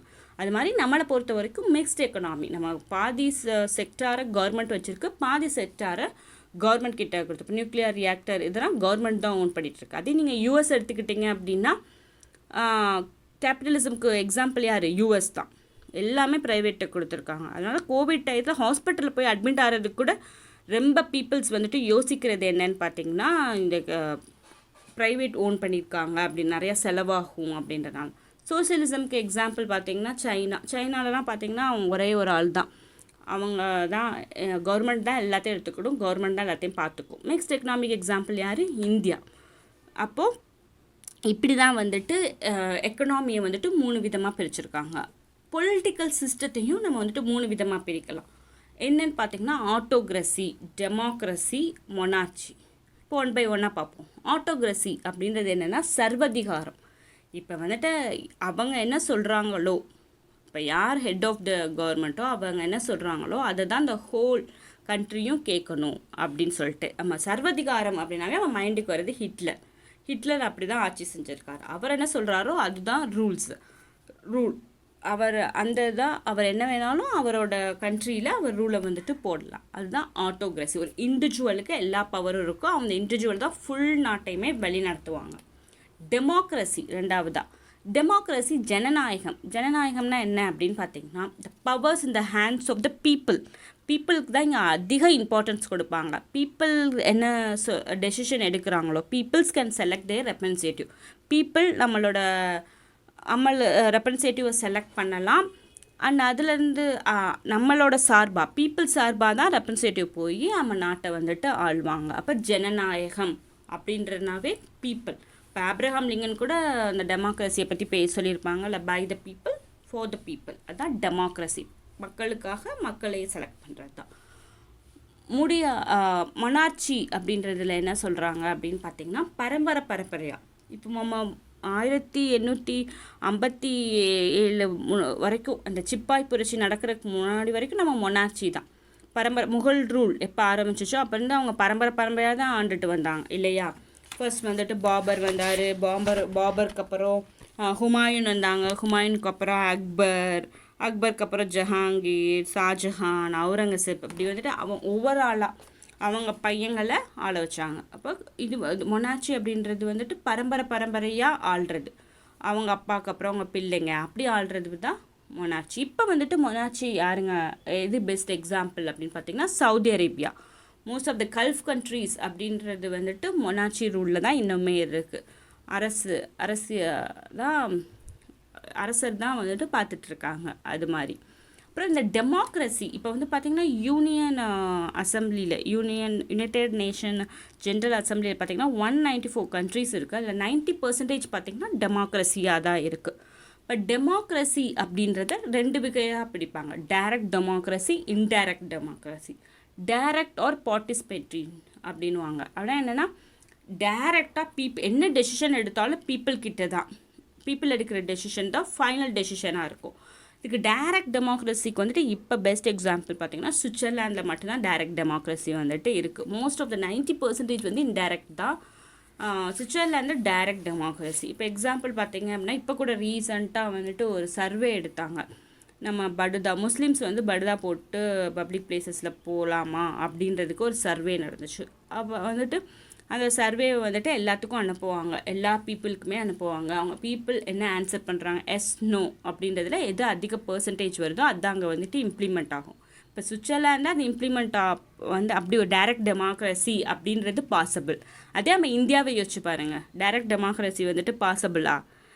கண்டிப்பாக முடியாது. ஏன்னா நம்ம வந்துட்டு ஒரு பெரிய ரீசன் வந்து லார்ஜ் பாப்புலேஷன், இன்னொன்று வந்து லிட்ரஸி ரேட்டும் இருக்குது. இப்போ சர்வே அனுப்பி எல்லோரும் ஆன்சர் பண்ணுங்கள் அப்படின்னாங்கன்னா நம்ம பண்ண முடியுமா? முடியாது இல்லையா. அப்போ டைரக்ட்னா சுவிட்சர்லாண்டில் தான் டைரக்ட் டெமோக்ரஸி நடந்துட்டுருக்கு. நம்ம என்ன அப்படின்னு பார்த்திங்கன்னா இன்டைரக்ட் ஆர் ரெப்ரசன்டேட்டிவ். நம்ம வந்து ஒரு ஆளை வந்துட்டு தேர்ந்தெடுப்போம், அவங்க வந்துட்டு நம்மளோட பிரதிநிதியாக வந்துட்டு கொஷின்ஸ் கேட்குறதோ ஆள்வாங்க. So we are selecting only the representative, பிரதிநிதியை தான் நம்ம வந்துட்டு செலக்ட் பண்ணுறோம். அப்போ வந்து நம்ம வந்து மறைமுக டெமோக்ரஸி, இன்டைரக்ட் டெமோக்ரஸி மறந்துடக்கூடாது. நம்ம வந்து இன்டைரக்ட் டெமோக்ரஸி. இப்போ இந்த இன்டைரக்ட் டைப் ஆஃப் ரெப்ரசன்டேட்டிவை மூணாக பிரிக்கலாம். Single party, double party, multi party. Single party அப்படின்றது என்னென்னு பார்த்தீங்கன்னா ஒரே ஒரு பார்ட்டி தான் இருக்கும். இப்போ சைனாவில் பார்த்தீங்கன்னா கம்யூனிஸ்ட் பார்ட்டி ஆஃப் சைனா அப்படின்னு ஒரே ஒரு பார்ட்டி தான் இருக்கும். அந்த பார்ட்டியில் 3-4 பேர் போட்டி போடுவாங்க, அதுலேருந்து செலக்ட் பண்ணுவாங்க. இப்போ டபுள் அப்படின்னு பார்த்தீங்கன்னா யூஎஸ் மாதிரி 2 கட்சி தான் இருக்கும். ரிப்பப்ளிக்கன் பார்ட்டி, டெமோக்ராட்டிக் பார்ட்டின்னு. அதுலேருந்து யாருனாச்சும் ஒரு ஆளை தேர்ந்தெடுப்பாங்க. அது மாதிரி மல்டி பார்ட்டின்றது நம்ம தாங்க பெஸ்ட் எக்ஸாம்பிள். நிறைய பார்ட்டி இருக்கும், நிறைய பேர் போட்டி போடுவாங்க, அதுலேருந்து ஒரு பார்ட்டி ஜெயிக்கும். இந்த மெஜாரிட்டி பார்ட்டியில் ஒரு ஆள் போய் நாட்டை வந்துட்டு ஆள்வாங்க. ஸோ இதுதான். இப்போ டெமோக்ரஸியில் 2 டைப் இருக்குது, direct democracy, indirect democracy. Indirect டெமோக்ரஸியில் தான் சிங்கிள், டபுள், மல்டி பார்ட்டி அப்படின்றது இருக்குது. இப்போ ஹெட் ஆஃப் த கவர்மெண்ட் யாராக இருக்கலாம்? பிரசிடெண்ட்டாக இருக்கலாம், இல்லை பார்லிமெண்ட்டாக இருக்கலாம். பிரசிடெண்ட் அப்படின்றதுக்கு எக்ஸாம்பிள் பார்த்திங்கன்னா யூஎஸ்ஏ. பார்லிமெண்ட் அப்படின்றதுக்கு எக்ஸாம்பிள் பார்த்திங்கன்னா யூகேயில் கான்ஸ்டியூஷனே இல்லை. ஒரு பார்லிமெண்ட் என்ன முடிவு பண்ணுதோ அதுதான் ஃபைனல் டெசிஷன். அது வந்து அன்ரிட்டன் கான்ஸ்டியூஷன். அதுதான். டைப்ஸ் ஆஃப் கவர்மெண்ட் மெத்தட் அப்படின்னு பார்த்திங்கன்னா 2 தான் பிரிக்கலாம், கூட்டாட்சி, ஒற்றையாட்சி. இப்போ கூட்டாட்சி அப்படின்றதுக்கு யார் எக்ஸாம்பிள் அப்படின்னு பார்த்திங்கன்னா யூஎஸ் வந்துட்டு கூட்டாட்சி. அதே ஒற்றையாட்சின்னு பார்த்தீங்கன்னா சைனா, ஒரே ஒரு கவர்மெண்ட் தான் இருக்கும். No state government, central government மட்டும்தான் இருக்கும், அவங்க எடுக்கிறது தான் டெசிஷனே. சரியா? இதே கூட்டாட்சியில் பார்த்தீங்க அப்படின்னா 2 ஃபார்ம் ஆஃப் கவர்மெண்ட் இருக்கும், ஸ்டேட் கவர்மெண்ட், சென்ட்ரல் கவர்மெண்ட் அப்படின்னு 2 இருக்கும். அப்புறம் இன்னொரு பிரிக்கலாம், ரிப்பப்ளிக், மொனார்ச்சி. ரிப்பப்ளிக்னா யார் வேணாலும், any one can be the போஸ்ட்டுக்கு, இப்போ பிரசிடென்ட் போஸ்ட்டுக்கு யார் வேணாலும் போட்டி போடலாம். அதான் ரிப்பப்ளிக் அப்படின்றது. ஒரு இண்டிவிஜுவல்ஸ், ஒரு சாதாரண ஆள் கூட போட்டி போடலாம் அப்படின்றது ரிப்பப்ளிக். அதே மொனார்கி அப்படின்னு பார்த்திங்கன்னா பரம்பரையாக அவங்க அப்பாவுக்கு அப்புறம் அந்த பையன்தான் அந்த நாட்டை வந்துட்டு ஆள்வாங்க. அது மாதிரி இருக்கிறது தான் மொனார்ச்சி. சரிங்க, இப்போ வந்து நம்ம 1 by 1 பார்ப்போம். ஃபஸ்ட்டு கூட்டாட்சி, ஒற்றையாட்சிக்குள்ள வித்தியாசம் பார்ப்போம். அப்புறம் presidential and parliamentary form of government, இந்த 2க்குள்ள வித்தியாசங்கள் என்ன அப்படின்றத 1 by 1 பார்த்துட்டே வருவோம். இப்போ வந்துட்டு கூட்டாட்சி பார்க்க ஆரம்பிக்கலாமா? கூட்டாட்சிக்கு என்னென்ன சிறப்பம்சங்கள், என்னென்ன ஃபீச்சர்ஸ் இருந்தால் அது வந்துட்டு கூட்டாட்சி அப்படின்னு சொல்லுவாங்கன்னு பார்த்திங்கன்னா, ஒரு ஆட்சியை கூட்டாட்சி அப்படின்னு சொல்லணும் அப்படின்னா அவங்களுக்கு என்னென்ன ஃபீச்சர்ஸ் இருக்கணும், என்னென்ன சிறப்பம்சங்கள் இருந்துச்சு அப்படின்னா அவங்கள வந்துட்டு கூட்டாட்சி அப்படின்னு சொல்ல முடியும் அப்படின்றது தான் பார்க்க போகிறோம். ஃபர்ஸ்ட் வந்து கான்ஸ்டியூஷன் எழுதப்பட்டிருக்கணும். அப்படின்னா என்ன? கான்ஸ்டியூஷன் அப்படின்றது ஒன்றுமே இல்லைங்க, ஒரு ரூல் புக். எப்படி வந்துட்டு இந்த அரசியல் செயல்படுத்த போகிறோம் அப்படின்றதோட ரூல் புக் தான் கான்ஸ்டியூஷன். இப்போ நம்ம கான்ஸ்டியூஷன் பார்த்திங்கன்னா ரிட்டன் கான்ஸ்டியூஷன், நம்ம தான் லென்த்தியஸ்ட் கான்ஸ்டியூஷன் கூட. நம்ம கான்ஸ்டியூஷன் எழுதப்பட்டிருக்கு, இருக்கிறதுலே ரொம்ப நீளமானது கூட நம்ம கான்ஸ்டியூஷன். அப்போ கூட்டாட்சிக்கு கண்டிப்பாக கான்ஸ்டியூஷன்னு ஒன்று இருக்கணும் அப்படின்றாங்க. அடுத்து பார்த்தீங்க அப்படின்னா 2 அடுக்கு அரசாங்கம் இருக்கணும், 2 tier கவர்மெண்ட். கண்டிப்பாக நீங்கள் ஒரு ஆட்சியை கூட்டாட்சி அப்படின்னு சொல்கிறீங்க அப்படின்னா சென்ட்ரல் கவர்மெண்ட் அப்படின்னு ஒன்று இருக்கணும், ஸ்டேட் கவர்மெண்ட் அப்படின்னு ஒன்று இருக்கணும். அப்போ தான் அந்த ஆட்சியை கூட்டாட்சி அப்படின்னு சொல்லுவோம். 2 அடுக்கு கவர்மெண்ட் அப்படி இருக்கணும். இப்போ நம்மளை எடுத்துக்கிட்டிங்க, இந்தியாவை எடுத்துக்கிட்டிங்கன்னா 3 அடுக்கு கவர்மெண்ட். நம்மகிட்ட சென்ட்ரல் கவர்மெண்ட்னு ஒன்று இருக்குது, ஸ்டேட் கவர்மெண்ட்னு ஒன்று இருக்குது, பஞ்சாயத்து ராஜ்னு ஒன்று. இப்போ 3 அடுக்கு கவர்மெண்ட் தான் நம்ம கவர்மெண்ட். அடுத்து டிவிஷன் ஆஃப் பவர்ஸில் என்ன சொல்கிறாங்க? ஃபஸ்ட்டு என்ன சொல்கிறாங்க? 2 அடுக்கு கவர்மெண்ட் இருக்கணும். அப்போ அந்த 2 அடுக்கு கவர்மெண்ட்டில் இவங்களுக்கு இதுதான் பவர், இவங்களுக்கு இதுதான் பவர் அப்படின்றது பிரிக்கப்பட்டிருக்கணும் அப்படின்னு சொல்கிறாங்க. டிவிஷன் ஆஃப் பவர்ஸ், யாருக்கு யார் எதில் யார் தலையிடலாம் அப்படின்றத வந்துட்டு அவங்க வந்து முடிவெடுத்திருக்கணும். அதான் division of powers between the centre and the state government. என்னென்ன அவங்களுக்கு பவர் இருக்குது அப்படின்றது அது ப்ராப்பராக பிரிக்கப்பட்டிருக்கணும் அப்படின்னு சொல்கிறாங்க. இப்போ நம்மளோட கான்ஸ்டியூஷன் எடுத்துக்கிட்டிங்க அப்படின்னா ஷெட்யூல்ஸ் நான் உங்களை படிக்க சொல்லியிருந்தேன் இல்லை ஸ்டார்டிங்லே, அந்த ஷெட்யூல்ஸில் 7th ஷெட்யூலில் பார்த்தீங்க அப்படின்னா 3 லிஸ்ட் இருக்குங்க. Union list, state list, concurrent list. Union list அப்படின்றது சென்ட்ரல் கவர்மெண்ட் எது எதில் தலையிடலாம் அப்படின்னு இருக்கும். ஸ்டேட் கவர்மெண்ட் அப்படின்றது ஸ்டேட் கவர்மெண்ட்க்குரிய லிஸ்ட் இருக்கும், அதில் சென்ட்ரல் கவர்மெண்ட் தலையிடாது. ஸ்டேட்டுக்குன்னு பார்த்தீங்கன்னா இந்த இது ஹெல்த் இருக்குங்க, அக்ரிகல்ச்சர், அந்த மாதிரி இது ஸ்டேட்டுக்குன்னு ஒரு லிஸ்ட் இருக்கும். அதே பார்த்திங்கன்னா கன்கரண்ட் லிஸ்ட் 3வதில் வந்துட்டு கன்கரண்ட் லிஸ்ட் அப்படின்னு ஒன்று இருக்கும். அதில் பார்த்திங்கன்னா ஸ்டேட்டும் தலையிடுவாங்க, சென்ட்ரல் கவர்மெண்ட்டும் தலையிடும். ஆனால் அந்த ஃபைனல் டெசிஷன் இப்போ ஸ்டேட்டுக்காக சென்ட்ரல் சொல்கிறத கேட்கணும் அப்படின்னா சென்ட்ரலுக்கு சொல்கிறது தான் வந்துட்டு கேட்பாங்க. ஓவர் ரைட் பை சென்ட்ரல் என்ன சொல்லுதோ அதுதான் கேட்பாங்க. இப்போ இதை வச்சு என்ன பார்த்தீங்க அப்படின்னா, இப்போ ஸ்டாலினோட எலெக்ஷன் மேனிஃபெஸ்டோ எடுத்துக்கிட்டிங்க அப்படின்னா அவர் என்ன சொல்லியிருப்பாருன்னு பார்த்தீங்கன்னா, எஜுகேஷன் அப்படின்றது வந்துட்டு இப்போ வந்துட்டு 1976 ஃபஸ்ட்டு ஸ்டார்டிங்கில் பார்த்தீங்கன்னா கன்கரண்ட் லிஸ்ட் இதில் ஸ்டேட் லிஸ்ட்டில் தான் எஜுகேஷன் இருந்துச்சு. அப்புறம் இந்த மினி கான்ஸ்டியூஷன் 42nd கான்ஸ்டியூஷன் அமெண்ட்மெண்ட்டுன்னு ஒன்று கொண்டு வந்திருப்பாங்க. மினி கான்ஸ்டியூஷன் சொல்லுவாங்க அதை. அந்த 42nd அமெண்ட்மெண்ட் ஆக்டில் தான் எஜுகேஷனை தூக்கி ஸ்டேட்டில் இருந்ததை கன்கரண்ட் லிஸ்ட்டில் போட்டாங்க. சென்ட்ரல் கவர்மெண்ட்டும் டிசைட் பண்ணலாம் அப்படின்ற மாதிரி. இப்போ அவரோட எலெக்ஷன் மேனிஃபெஸ்டோவில் என்ன சொல்லியிருப்பாருன்னு பார்த்தீங்கன்னா, இந்த கன்கரண்ட் லிஸ்ட்டில் உள்ள எஜுகேஷனை நம்ம ஸ்டேட் லிஸ்ட்டுக்கு மூவ் பண்ணுறதுக்கு நம்ம பரிந்துரை பண்ணுவோம் அப்படின்னு சொல்லியிருப்பார். பட் இது எந்த அளவுக்கு பாசிபிள் அப்படின்னு பார்த்தீங்கன்னா, கண்டிப்பாக இவங்க வந்து பிரசிடென்ட் கிட்ட பரிந்துரை தான் பண்ண முடியும். But the final decision has to be taken by the central தான் டெசிஷன் எடுக்கணும். அப்போ அது நீட்டில் அதுதான் இப்போ வந்துட்டு பிரச்சனையாக இருக்குது. நீட் வந்துட்டு நமக்கு வேணாம் அப்படின்னு நம்ம வந்துட்டு சொல்கிறோம். இதனால தான் எங்களுக்கு போதுமான காலேஜஸ் இன்ஃப்ராஸ்ட்ரக்சர்ஸ் இருக்குது, நம்ம வந்துட்டு ஹெல்த்தில் நல்லாவே பண்ணுறோம், அதனால எங்களுக்கு நீட்டுன்றது வேணாம், அது வந்துட்டு ஸ்டாண்டர்ட் ஒரு கிராமப்புற எங்களோட ஸ்டூடெண்ட்ஸ் வந்துட்டு மாணவர்கள் வந்துட்டு வர முடியாது இந்த நீட் மூலம், அதனால் நீட் வேணாம் அப்படின்னு தமிழ்நாடு வந்துட்டு சொல்லுது. எங்கள் ஸ்டேட்டுக்கு வேணாம் அப்படின்றத வந்துட்டு சொல்லுது. பட் பிரசிடென்ட் என்ன சொல்கிறாரு அப்படின்னு பார்த்தீங்கன்னா, இது வந்து உங்கள் ஸ்டாண்டர்ட் ஆஃப் எஜுகேஷனை வந்துட்டு இம்ப்ரூவ் பண்ணும், அதனால் நீட் வந்து வச்சுக்கோங்க அப்படின்னு சொல்கிறாங்க. ஸோ இதை வந்துட்டு நீட் வேணாம் தூக்கணும் அப்படின்னா decision has to be taken. இது கன்கரண்ட் லிஸ்ட்டில் இருக்கனால ஸ்டேட் கவர்மெண்ட்டால் எதையுமே ஓவர் ரைட் பண்ண முடியாது. ஸோ சென்ட்ரல் கையில் தான் இருக்குது, central has to decide on, அந்த மாதிரி தான் இருக்குது. அப்போ டிவிஷன் ஆஃப் பவர்ஸ் அப்படின்றது 7th ஷெட்யூலில் லிஸ்ட்டாக கொடுத்துட்டாங்க. 3 லிஸ்ட்டு, இதாங்க உங்களோட லிஸ்ட். யூனியனா இதுதான் உங்களோட லிஸ்ட், ஸ்டேட்டா இதுதான் உங்கள் லிஸ்ட், கன்கரண்ட் லிஸ்ட்டுன்னு நடுநிலையாக ஒன்று வச்சுருக்காங்க. அதில் ஸ்டேட்டும் தலையிடும், கவர்மெண்ட்டும் தலையிடும். அதுதான் டிவிஷன் ஆஃப் பவர்ஸ். அடுத்து பார்த்தோம் அப்படின்னா சுப்ரிமெசியில் என்ன சொல்கிறாங்க அப்படின்னு பார்த்தீங்கன்னா, கான்ஸ்டியூஷன் தான் ஓங்கி இருக்கணும், எல்லா அதிகாரமுமே கான்ஸ்டியூஷன் மேலாதிக்கம் அப்படின்றது சுப்ரிமெசி அப்படின்னு சொல்லுவாங்க. கான்ஸ்டியூஷன் தான் எல்லாமே, கான்ஸ்டியூஷனில் என்ன இருக்கோ அதுதான் இங்கே வந்துட்டு நடைமுறைப்படுத்த முடியும். அப்புறம் கான்ஸ்டியூஷன் தான் சுப்ரிமெசியாக இருக்கணும். அப்புறம் ரிஜ்ட் அப்படின்னு சொல்லுவாங்க. நம்ம கான்ஸ்டியூஷனை அவ்வளோ ஈஸியாக மாற்றிட முடியாது, அந்த அளவுக்கு நம்ம வச்சுக்கணும். அப்படி வச்சுக்கிட்டா தான் நம்ம ஆட்சி வந்துட்டு கூட்டாட்சி ரிஜ்டாக இருக்கும். இப்போ யூஎஸோட கான்ஸ்டியூஷன் பார்த்தீங்கன்னா அவங்க எழுதி 200 வருஷம் ஆச்சுங்க. ஆனால் இப்போ வரைக்கும் ஒரு 20 அமெண்ட்மெண்ட்ஸ் தான் பண்ணியிருக்காங்க, 20 சேஞ்ச் தான் கான்ஸ்டியூஷன்லேயே பண்ணியிருக்காங்க. அது எவ்வளோ பெரிய விஷயம். இப்போ ஹைலி ரிஜ்ட் அப்படின்னு பார்த்தீங்கன்னா யூஎஸோடது அவ்வளோ வந்துட்டு ஈஸியாக நம்ம பார்த்தோம், கடுமையாக இருக்கணும் நம்ம மாற்றுறதுல. அதுக்கு நிறையா வந்துட்டு மெஜாரிட்டி இருக்குங்க. Simple majority with half state ratification, effective majority, absolute மெஜாரிட்டின்னு நம்ம அப்கமிங் செக்ஷனில் வந்துட்டு இதை பற்றி நம்ம டீட்டெயில்டாக பார்ப்போம். இப்போ கன்ஃபியூஸ் பண்ணிக்க வேணாம். ரிஜ்ட் அப்படின்றதுனா என்ன அர்த்தம்னு மட்டும் புரிஞ்சுக்கோங்க. அவ்வளோ ஈஸியாக நம்ம வந்துட்டு நம்ம கான்ஸ்டியூஷனில் சேஞ்சஸ் வந்துட்டு கொண்டு வர முடியாது. இப்போ நம்ம கான்ஸ்டியூஷன் எடுத்துக்கிட்டிங்கன்னா பார்ஷியலி ரிஜ்ட், பார்ஷியலி ஃப்ளெக்சிபிலிட்டி. ரொம்ப கஷ்டப்பட்டு சில விஷயங்கள் அப்படின்றதுல நம்ம வந்துட்டு ஸ்பெஷல் மெஜாரிட்டி, இப்போ சென்ட்ரல் ஸ்டேட் ரிலேஷன்ஷிப்பை பாதிக்குது அப்படின்னா ஸ்பெஷல் மெஜாரிட்டி போவோம். இல்லாட்டி சிம்பிள் மெஜாரிட்டினே ஒரு 50% யார் அங்கே ப்ரெசண்ட்டாக இருக்காங்களோ 50% ஓட் போட்டால் அந்த பில் வந்துட்டு ஆக்டாக மாறிடும், அந்த மாதிரி. சரியா? அடுத்தது பார்த்தீங்க அப்படின்னா இண்டிபெண்ட் ஜுடிஷரி.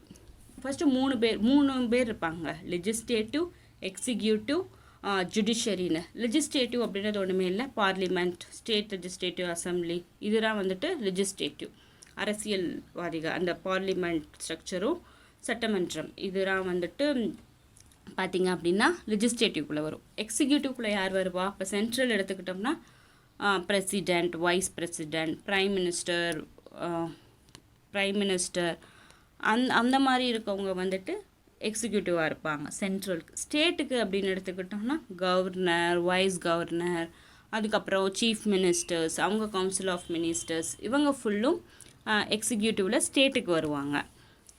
இதே நீங்கள் பஞ்சாயத்து ராஜ் அப்படின்னு எடுத்துக்கிட்டிங்கன்னா லெஜிஸ்லேட்டிவ்ன்றது பஞ்சாயத், எக்ஸிக்யூட்டிவ்ன்றது பார்த்திங்கன்னா இந்த விஓஓஸ், அந்த மாதிரியான கேட்டகரிஸான கலெக்டர்ஸ், இவங்கலாம் டிஸ்ட்ரிக்ட் அட்மினிஸ்ட்ரேட்டிவில் இருக்கவங்க எல்லாருமே எக்ஸிக்யூட்டிவாக இருப்பாங்க. ஜுடிஷியரின்றது நம்ம கோர்ட்டு தான். இப்போ சென்ட்ரலுக்கு பார்த்திங்கன்னா சுப்ரீம் கோர்ட், ஸ்டேட்டுக்கு பார்த்திங்கன்னா ஹை கோர்ட், அதே பஞ்சாயத்துக்கு பார்த்திங்கன்னா பஞ்சாயத்து ராஜுக்கு பார்த்திங்கன்னா என்னது டிஸ்ட்ரிக்ட் கோர்ட். ஸோ இந்த மாதிரி ஜுடிஷியரி இருக்குது. இப்போ இண்டிபெண்ட் ஜுடிஷியரியில் என்ன சொல்கிறாங்கன்னா, இந்த எக்ஸிக்யூட்டிவோ பாராளுமன்றமோ இல்லை எக்ஸிக்யூட்டிவ் இந்த ப்ரைம் மினிஸ்டர் பிரசிடெண்ட்டும் ஜுடிஷியரி சுப்ரீம் கோர்ட் டெசிஷனில் தலையிடக்கூடாது, அது இண்டிபெண்ட்டாக செயல்படும் அப்படின்றது தான் சொல்கிறாங்க.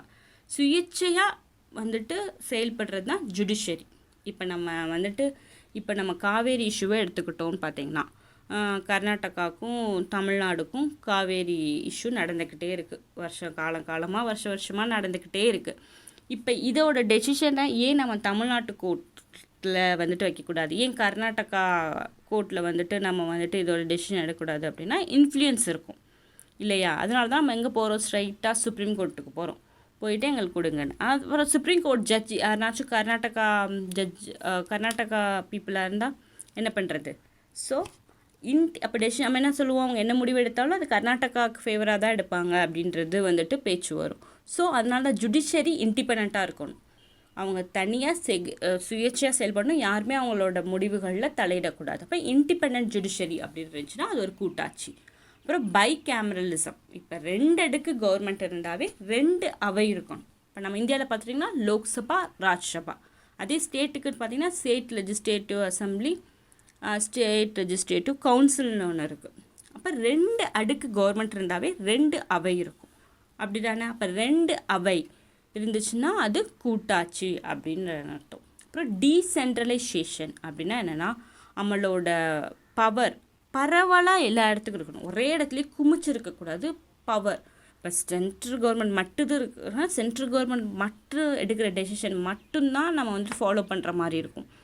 அப்போ பவர்ஸ் அப்படின்றது டீசென்ட்ரலைஸ் ஆகிருக்கணும், எல்லா இடத்துக்குமே பவர் வந்துட்டு பரவலாக பரப்பப்பட்டிருக்கணும். அப்படின்னா இதோட கூட்டாட்சியோட சிறப்பம்சம். கூட்டாட்சி ஒரு ஆட்சி முறை, கூட்டாட்சி முறை அப்படின்றது எப்போ சொல்லுவோம் அப்படின்னா இந்த ஃபீச்சர்ஸ்லாம் இருக்கணும். கான்ஸ்டியூஷன் எழுதப்பட்டிருக்கணும், ரிஜிடிட்டி, நம்ம கான்ஸ்டியூஷனை மாற்றுறது, கான்ஸ்டியூஷனில் ஒரு விஷயங்களை மாற்றுறது வந்துட்டு அவ்வளோ ஈஸியாக இருக்கக்கூடாது, ரொம்ப கஷ்டமாக இருக்கணும்.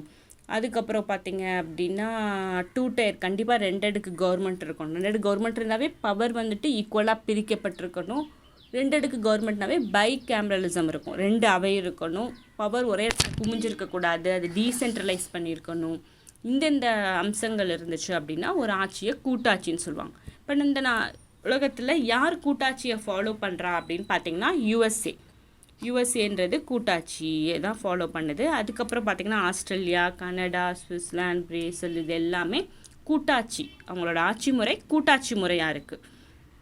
இப்போ யூஎஸை பார்த்திங்கன்னா ஃபர்ஸ்ட் அண்ட் ஓல்டஸ்ட் ஃபெடரேஷன் அப்படின்னு சொல்லுவாங்க. இவங்க தான் ஃபஸ்ட்டு ஒரு கான்ஸ்டியூஷன் அப்படின்றத ஒன்று எழுதுகிறாங்க. எப்போன்னு பார்த்தீங்கன்னா பாருங்கள், இயரை பாருங்கள், 1789 200 வருஷத்துக்கு முன்னாடியே கான்ஸ்டியூஷன் அப்படின்ற ஒரு கான்செப்டை கொண்டு வந்திருக்காங்க. இப்போ இந்த USA United State of America அப்படின்றது எப்படி உருவாகுச்சு அப்படின்னு பார்த்தீங்கன்னா, ஒரு 50 மாநிலங்கள் சேர்ந்து ஒரு ஒப்பந்தம் போட்டுக்கிட்டாங்க, நம்ம ஒரு கண்ட்ரியாக இருப்போம் அப்படின்னு சொல்லிட்டு.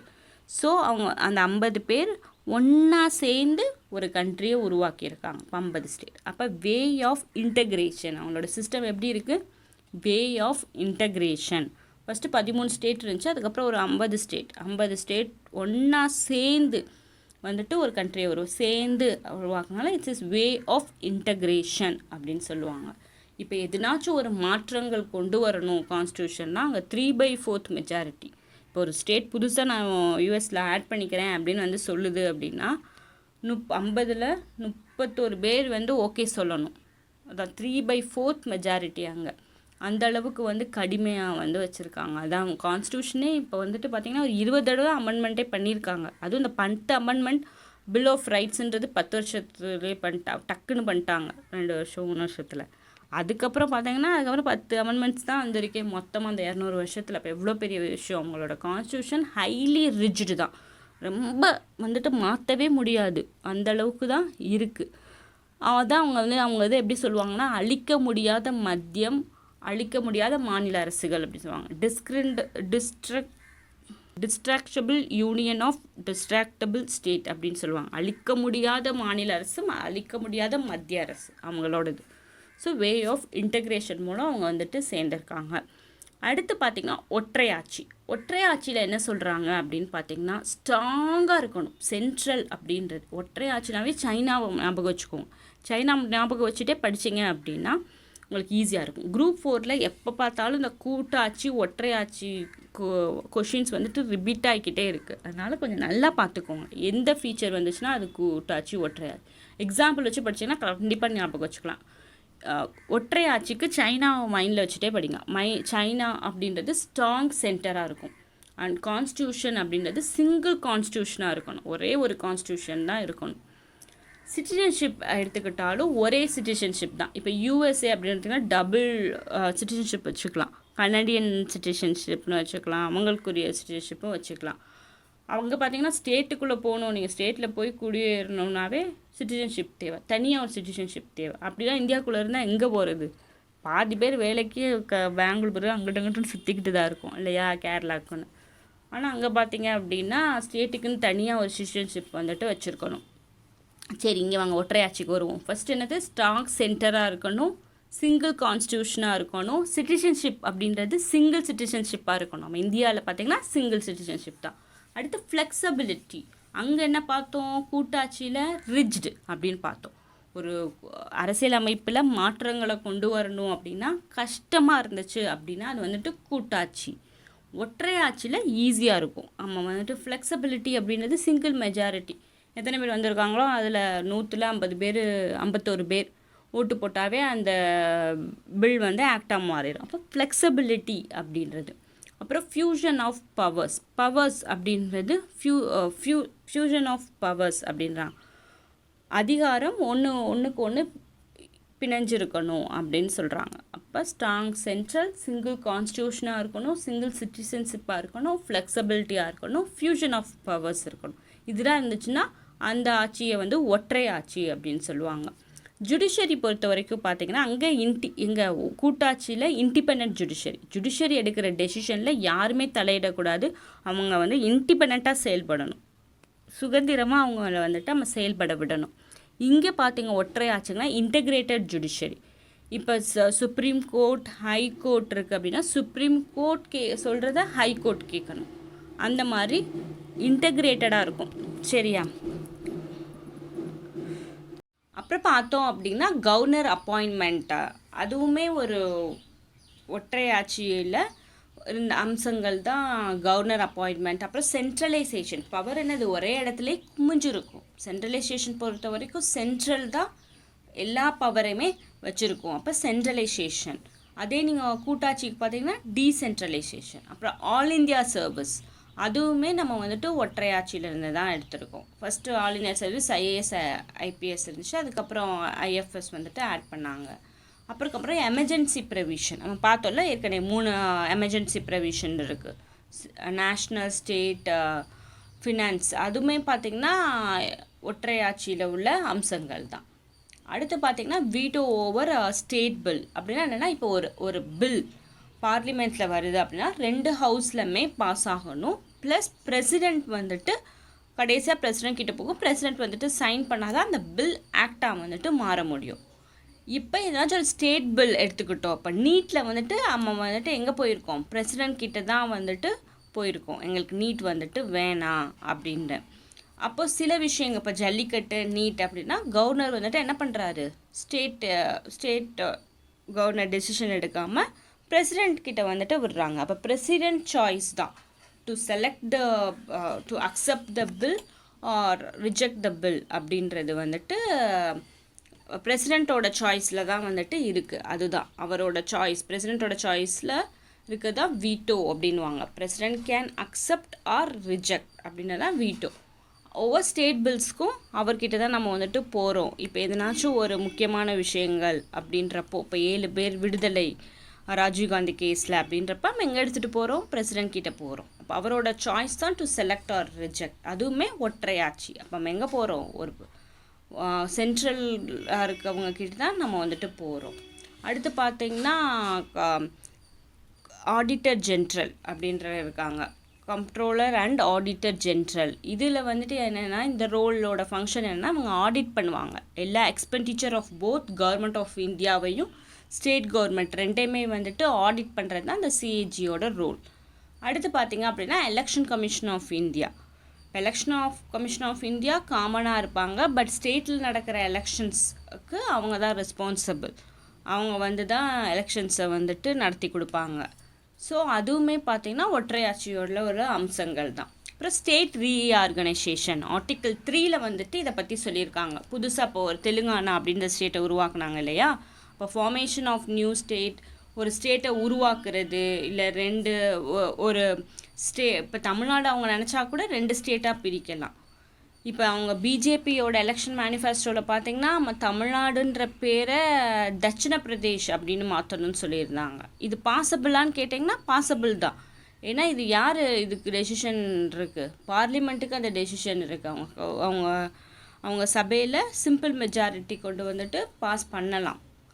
ஸோ அப்போ ஸ்டேட்டோட புதுசாக ஒரு ஸ்டேட்டை உருவாக்கலாம். ஒரு தமிழ்நாடை இப்போ அவங்க பிரிக்கணும்னு நினச்சா கூட நார்த் தமிழ்நாடு சவுத் தமிழ்நாடாக பிரிக்கலாம். இதெல்லாம் எங்கே ப்ரொவிஷன் இருக்குது, ஆர்டிக்கிள் 3 யாருக்கு இருக்குது, பார்லிமெண்ட்டுக்கு வந்துட்டு இருக்குது. அப்புறம் நோ ஈக்குவாலிட்டி இன் ராஜ்யசபா. அப்போ ராஜ்யசபான்றது என்னது, மாநில சபை. அங்கே வந்துட்டு ஈக்குவலாக இப்போ ஒவ்வொரு ஸ்டேட்டில் இருந்தும் ஈக்குவலாக மெம்பர்ஸ் வந்துட்டு போகல. இதே பார்த்திங்கன்னா யூஎஸில் பக்காவாக இருக்கும். ஒரு ஸ்டேட்லேருந்து 2 பேர், அப்போ 50 ஸ்டேட் இருக்குது அப்படின்னா 100 பேர் கிட்ட கரெக்டாக போவாங்க. இங்கே வந்து அப்படி இல்லை. நம்ம ஸ்டேட்டில் இருந்து 30 பேர் அனுப்பினோம் அப்படின்னா சிக்கிம், உத்தராகண்ட் அங்கெல்லாம் குட்டி குட்டி இந்த மேகாலயா இங்கெல்லாம் 40 எம்எல்ஏ உள்ளதெல்லாம் ஒரு ஆள் தான் வந்துட்டு போகிறாங்க. அப்போ no equal seats in Rajya Sabha. அதுவுமே இங்கே வந்துட்டு ஒரு ஒற்றையாட்சியோட ஒரு அம்சங்கள் தான் சொல்லணும். அப்புறம் Rajya Sabha power over state list. இதில் என்ன சொல்கிறாங்கன்னு பார்த்தீங்கன்னா, இப்போ ராஜ்யசபான்றது என்னது, மாநிலத்துக்கான சபை. இப்போ ராஜ்யசபாவை நினச்சாங்க அப்படின்னா அவங்க வந்துட்டு ஒரு ஒரு ரூலை வந்துட்டு ஸ்டேட்டுக்கு வந்துட்டு போட முடியும். அதுதான் சொல்கிறாங்க Rajya Sabha power over state list. ஏன்னா அவங்க ஸ்டேட்டோட பிரதிநிதியாக தான் அங்கே போய் உட்காந்துருக்காங்க. அப்போ ஸ்டேட்டுக்கு எதனாச்சும் வெல்ஃபேர் ஆன இது கொண்டு வரணும் அப்படின்னா கூட ஸ்டேட் லிஸ்ட்டில் அவங்க கொண்டு வரலாம். அடுத்து residuary power with the parliament. இதில் என்ன சொல்கிறாங்க அப்படின்னு பார்த்தீங்கன்னா, இப்போ நம்ம 7th ஷெட்யூல் அப்படின்னு ஒன்று இருக்கும். அதில் 3 லிஸ்ட் நம்ம ஏற்கனவே பார்த்துருக்கோம் இல்லையா, union list, state list, concurrent list. அதெல்லாம் என்னென்னன்றது பின்னாடி நம்ம கண்டிப்பாக பார்ப்போம். டீட்டெயில்டாக என்னென்ன லிஸ்ட் எங்கெங்கே இருக்குதுன்னு. அந்த 3 லிஸ்ட் ஞாபகம் வச்சுக்கோங்க. 7th ஷெட்யூலில் யூனியன், ஸ்டேட், கன்கரண்ட். இதிலோட கூட ஒரு லிஸ்ட் ஆட் பண்ணுறாங்க, அதுதான் ரெசிடுவல் லிஸ்ட். இது என்ன அப்படி பார்த்தீங்கன்னா 1950 பார்த்தீங்கன்னா ஆன்லைன் ஷாப்பிங் அப்படின்றது எதுவும் இல்லை. ஆனால் இப்போ வந்துட்டு 2021 ஃபுல்லாக ஆன்லைன் ஷாப்பிங் அதுதான் பண்ணிகிட்ருக்கோம். அப்போ அவங்களுக்குன்னு ஒரு ரூல்ஸ் அண்ட் ரெகுலேஷன் கொண்டு வரணும், அவங்களுக்குன்னு ஒரு நெறிப்படுத்தணும், ஒரு ஆக்ட் கொண்டு வரணும் அப்படின்றதுக்காக ரெசிடுவல் லிஸ்ட் அப்படின்னு ஒன்று வைப்பாங்க. அது over the period of time ஒரு டெக்னாலஜி ரிவால்வ் ஆகுது ஒரு சொசைட்டியில் அப்படின்றப்போ அதை ரெசிடுவல் பவரில் வச்சுருப்பாங்க. புதுசாக எதுனாச்சும் ஒன்று வருது அப்படின்றத வைக்கணும் அப்படின்றக்காக தான் ரெசிடுவல் லிஸ்ட் அப்படின்னு இருப்பாங்க. இதில் இந்த டெசிஷன் யார் எடுப்பா? இப்போ யூனியன் லிஸ்ட்டோட டெசிஷன் சென்ட்ரல் கவர்மெண்ட் தான் எடுக்கும். நம்ம போய் ஒரு நியூக்ளியர் ரியாக்டர்லேருந்து சேஞ்ச் பண்ணுங்கள், நான் ஆர்மிலேருந்து சேஞ்ச் பண்ணுங்கள் அப்படின்னு சொல்ல முடியாது ஸ்டேட் கவர்மெண்ட் போய். அப்போ union list will be controlled by the central government. State list is controlled by the யார் கண்ட்ரோல் பண்ணுவா? ஸ்டேட் கவர்மெண்ட்டை. அதே கன்கரண்ட் லிஸ்ட்டில் 2 பேரும் டெசிஷன் எடுக்கலாம். ரெசிடுவல் லிஸ்ட்டில் என்னது, parliament will be taking the final decision அப்படின்றாங்க. இதுக்குரிய எக்ஸாம்பிள் யாருன்னு பார்த்தீங்கன்னா யூகே, ஃப்ரான்ஸ், சைனா, இட்டாலி. மித்த கண்ட்ரி கூட குட்டி குட்டி கண்ட்ரி. சைனா பாருங்கள் மிகப்பெரிய கண்ட்ரி, ஆனால் அவங்க என்ன ஃபாலோ பண்ணிக்கிட்டு இருக்காங்க, ஒற்றையாட்சி. இவங்கலாம் பியூர் ஒற்றையாட்சிகள். சரியா? நம்ம ஃபெடரலில் பார்த்தோம்ல யூஎஸ்ஏ, அவங்களுமே பியூராக கூட்டாட்சியை ஃபாலோ பண்ணுறவங்க. அடிக்கடி என்ன கேட்குறாங்க அப்படின்னு பார்த்தீங்கன்னா எக்ஸாமில் குரூப் 4ல் இந்த கூட்டாட்சியோட ஃபீச்சர்ஸ் என்ன, அதை அடிக்கடி வந்து கொஷின்ஸ் வந்துட்டு கேட்குறாங்க. என்னென்ன ஒரு 5-6 சாய்ஸ் கொடுத்துட்டு 1 2 3 அப்படின்ற மாதிரி கேட்குறாங்க. ஸோ இதை வந்துட்டு இம்பார்ட்டண்டான டாபிக், இதை வந்துட்டு பார்த்துக்கோங்க. கூட்டாட்சிக்கு என்னென்ன அம்சங்கள் இருக்குது, ஒற்றையாட்சிக்கு என்னென்ன அம்சங்கள் இருக்குன்றதை டீட்டெயில்டாக பார்த்துக்கோங்க. இப்போ நம்ம வந்து கூட்டாட்சியா ஒற்றையாட்சியா, நம்ம எல்லாத்துலேயுமே கலப்படம் தான், எல்லாத்துலேயுமே கலந்து நம்ம வந்துட்டு இது பண்ணுவோம். ஸோ இதுலேயும் அப்படி தான், நம்ம கூட்டாட்சியும் முழுமையாக இல்லை, ஒற்றையாட்சியும் முழுமையாக இல்லை, ரெண்டில் உள்ள அம்சங்களையுமே எடுத்து நம்ம கண்ட்ரிக்கு ஏற்றாப்பில் வச்சுக்கிட்டோம். இது பேர் குவாசி ஃபெடல் அப்படின்வாங்க. இதை கேசி வேரஸ் அப்படின்றவர் தான் அந்த டேர்மை வந்துட்டு சொல்லியிருப்பார். நம்மளோட அரசியல் அமைப்பு எப்படி இருக்குது, குவாசி ஃபெடலாக இருக்குது, ரெண்டுமே கலந்த கலவையாக இருக்கிறது. அடுத்து பார்த்திங்கன்னா இந்தியன் மாடல் ஃபெடரலிசம். இதில் என்ன சொல்கிறோம் அப்படின்னா, இந்தியன் மாடல் ஃபெடரலிசம் எப்படி இருக்குது அப்படின்னு பார்த்திங்கன்னா, அழிக்கக்கூடிய மாநில அரசு, அழிக்க முடியாத மத்திய அரசாக இருக்குது. ஏன்னா நம்ம வந்துட்டு எப்படி ஃபார்ம் ஆகிருக்கோம், வே ஆஃப் டிஸ்இன்டிகிரேஷன். இப்போ யூஎஸ்ஏ எடுத்துக்கிட்டிங்க அப்படின்னா 50 பேர் சேர்ந்து ஒரு அக்ரிமெண்ட் போட்டு ஒன்றா ஒரு கண்ட்ரியாக இருக்கலாம் அப்படின்ற ஒரு இதில் எடுத்திருக்காங்க, அப்படி தானே? அப்போ யூஎஸ்ஏயில் வந்துட்டு நீங்கள் எந்த ஒரு ஸ்டேட்டோட சேஞ்சுமே அவ்வளோ ஈஸியாக வந்துட்டு கொண்டு வந்துட முடியாது. இப்போ 50 ஸ்டேட் இருக்கான், புதுசாக ஒரு ஸ்டேட்டை ஆட் பண்ணணும், பக்கத்தில் இருக்க கியூபா வந்துட்டு ஆட் பண்ணிக்கிறேன் அப்படின்னு சொன்னான்னா 3/4 ஆஃப் த ஸ்டேட் வந்துட்டு ஓகே சொல்லணும். 50ல் 31 பேர் ஓகே சொன்னால் தான் அங்கே வந்துட்டு ஃபார்ம் பண்ண முடியும் ஒரு புது ஸ்டேட்டை. ஆனால் நம்ம இதில் அப்படி இல்லை. புதுசாக ஒரு ஸ்டேட்டை அவங்க வந்துட்டு ஃபார்ம் பண்ணணும்னு நினச்சாங்கன்னா பார்லிமெண்ட்டில் ஒரு லா பாஸ் பண்ணிவிட்டு அவங்க வந்துட்டு ஒரு புது ஸ்டேட்டை வந்துட்டு உருவாக்கலாம். அதுதான் அவங்க என்ன சொல்கிறாங்க, டிஸ்ட்ராக்டபிள் யூனியன் ஆஃப் டிஸ்ட்ராக்டபிள் ஸ்டேட்ஸ். நம்மளோட ஸ்டேட்ஸை அவங்க நினச்சா எந்த சேஞ்சஸ் வேணாலும் கொண்டு வரலாம். ஆனால் யூஎஸ்ஏல அப்படி இல்லை. அங்கே எப்படி இன்டிஸ்கிரபிள் யூனியன் ஆஃப் இன்டிஸ்கிரபிள் ஸ்டேட்ஸ், அழிக்க முடியாத மத்திய அரசாகவும் இருக்கும், அழிக்க முடியாத மாநில அரசாகவும் இருக்கும். சரியா?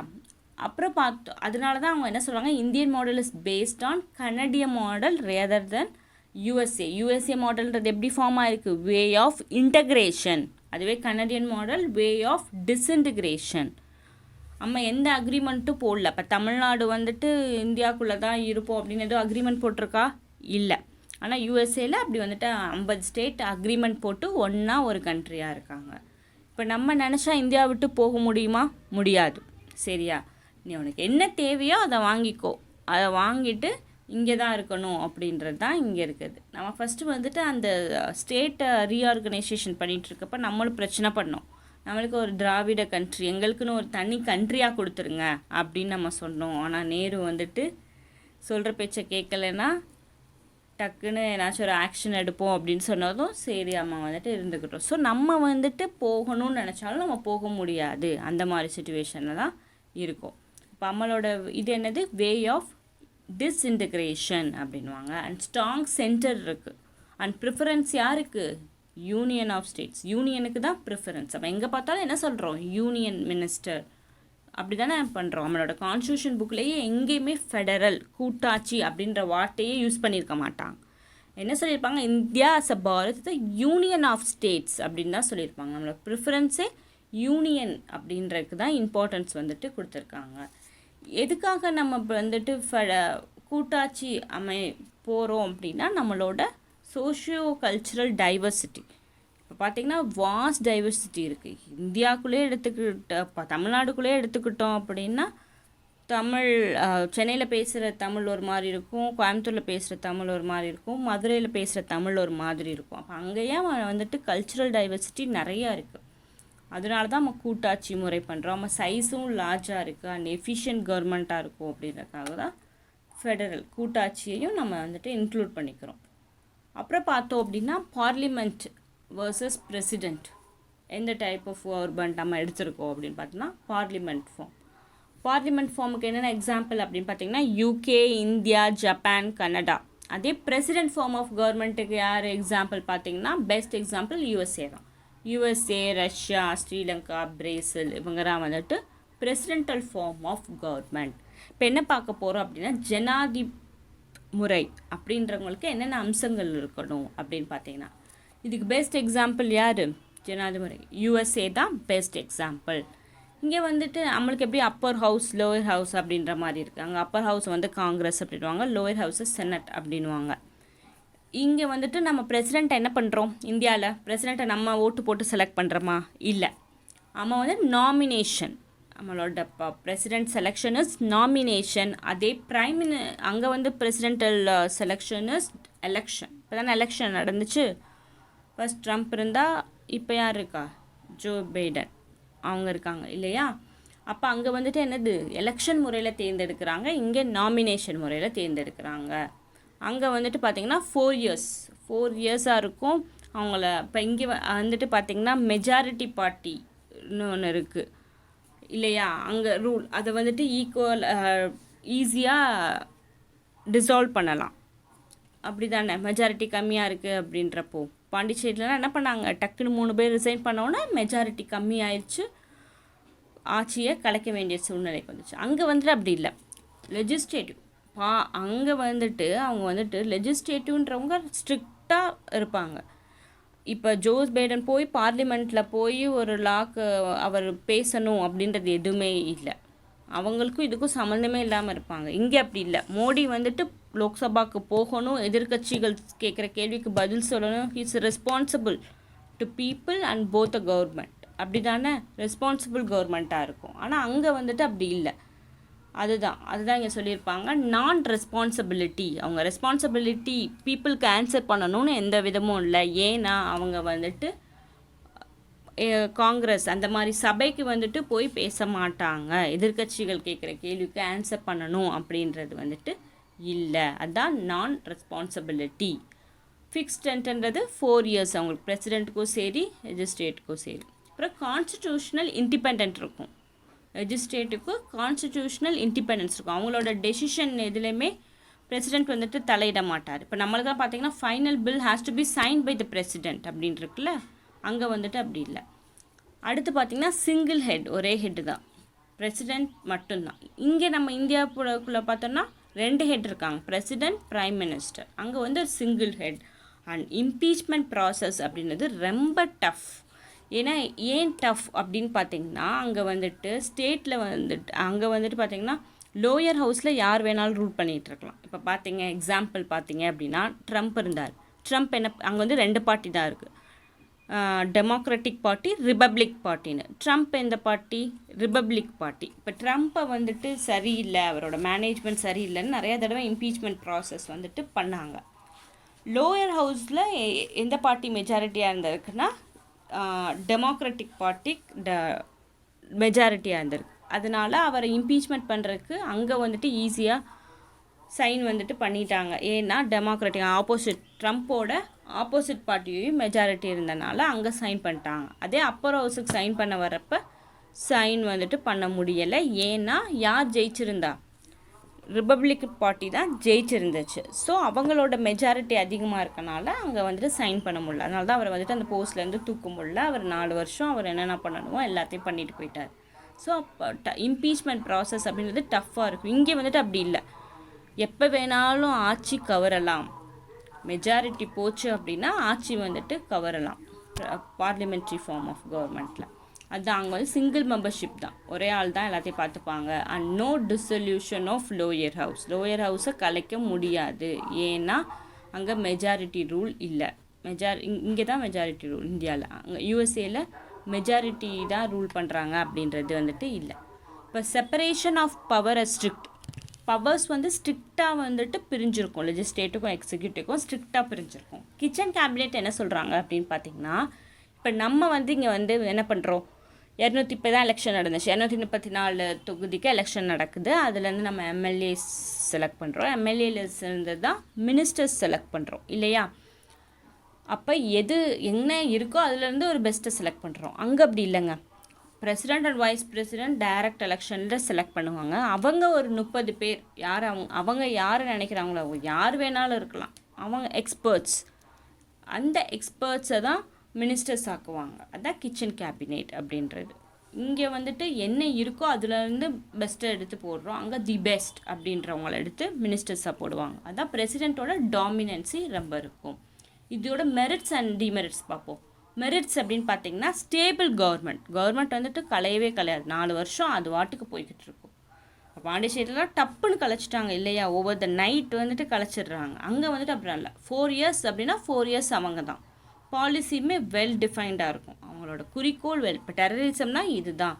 இப்போ பார்த்தீங்கன்னா புஷ் காலத்தில் வந்துட்டு உசேன் போல்டன் வந்து சண்டை போட்டுட்டு இருந்தாங்க. ஆனால் பார்த்தீங்க அப்படின்னா ஒபாமா வந்துட்டு அவங்கள அரெஸ்ட் பண்ணாங்க. அப்போ டெரரிசம் அப்படின்னா இப்படி தான் இருக்கணுன்றத ரொம்ப வெல் டிஃபைன்டாக இருக்கும். அப்புறம் எக்ஸ்பர்ட்ஸ், மினிஸ்டர்ஸ் யாராக இருப்பாங்க, எக்ஸ்பர்ட்ஸாக இருப்பாங்க. அவங்க எம்எல்ஏவாக இருக்கணும், மக்கள்கிட்ட நின்று பிரதிநிதியாக இருக்கணும்னு எந்த ஒருமே இல்லை, அவங்க எக்ஸ்பர்ட்ஸ் இருக்கவங்க தான் பண்ணுவாங்க. அப்புறம் செப்பரேஷன் ஆஃப் பவர்ஸ்க்குமே வெல் டிஃபைன்டாக இருக்குது. அதே டிமெரிட்ஸ் அப்படின்னு பார்த்தோம்னா அன்ரெஸ்பான்சிபிள், அவங்க எங்கேயுமே போய் அவங்கள யாரும் கேள்வி கேட்க போகிறது இல்லை.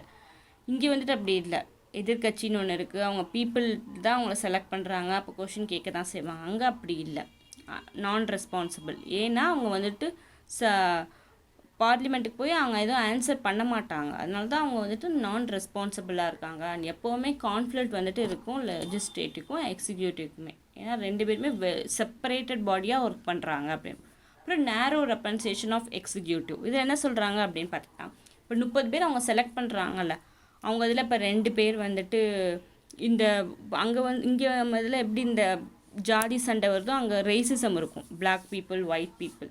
அப்போ எந்த ஒரு ரூலும் அங்கே இல்லை. இப்போ 30 பேர் மினிஸ்டர் இருக்காங்கன்னா அது 2 பேர் வந்துட்டு பிளாக் கொடுங்க, ஒரு 4-5 பேர் உமனுக்கு கொடுங்க அப்படின்ற எந்த இதுவுமே இருக்காது. நேரோ ரெப்ரசன்டேட்டிவாக தான் இருக்கும், கம்யூனிட்டி பேஸ்டாக இருக்காது, எதுவுமே இருக்காது. இப்போ நம்மளை எடுத்துக்கிட்டோம் அப்படின்னா, இப்போ நம்ம மினிஸ்டர்ஸ் 30 பேரை செலக்ட் பண்ணுறதுலே பாருங்களேன், ஒரு டிஸ்ட்ரிக்ட்லேருந்து ஒரு ஆளை போட பார்ப்பாங்க. ஏன்னா அவங்க அந்த டிஸ்ட்ரிக்க்கு ரெப்ரசன்டேட்டிவாக இருந்து செயல்படணும் அப்படின்றது தான். சரியா, இப்போ நம்ம பிஜேபி இந்தியாவில் ஜெயிக்காட்டியும் இந்தியாவிலேருந்து யாருனாச்சும் மினிஸ்டர்ஸ் ஆக்க பண்ணுவாங்க, ஏன்னா அவங்க இந்தியாவோட ரெப்ரசன்டேட்டிவாக அவங்க இருக்கணும் அப்படின்றக்காக தான். ஆனால் அங்கே அப்படிலாம் இல்லை, யாரை வேணாலும் அவங்க செலக்ட் பண்ணுவாங்க அப்படின்ற மாதிரி தான். சரி, அடுத்து நம்ம டக்குன்னு பார்லிமெண்ட்ரி ஃபார்ம் ஆஃப் கவர்மெண்ட் பார்த்துருவோம். பார்லிமெண்ட்டில் என்ன சொல்கிறாங்க, என்ன இந்த மாடலில் வந்துட்டு டிஃப்ரெண்ட் நேம்ஸில் வந்துட்டு சொல்கிறாங்க. Prime minister form, cabinet form, இல்லை Westminster model, parliamentary form, இது எல்லாமே எதை குறிக்குது, பார்லிமெண்ட்ரி ஃபார்ம் ஆஃப் கவர்மெண்ட்டை தான் குறிக்குது.